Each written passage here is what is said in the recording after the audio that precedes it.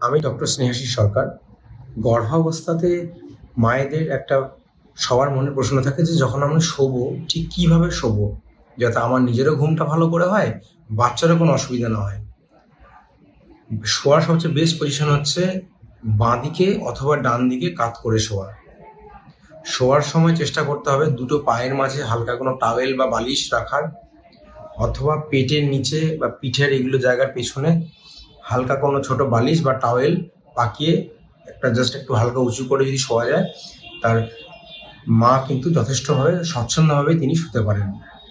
চিত হয়ে শোবেন না, এর অন্যতম কারণ হচ্ছে আপনার যে গ্রোয়িং ইউটেরাস যার মধ্যে বাচ্চাটা বড় হচ্ছে সেটা কিন্তু পুরো প্রেশার দেয় তার পেছনে থাকা মেন শিরাগুলো এবং তার খাদ্যনালী এগুলোর ওপরে।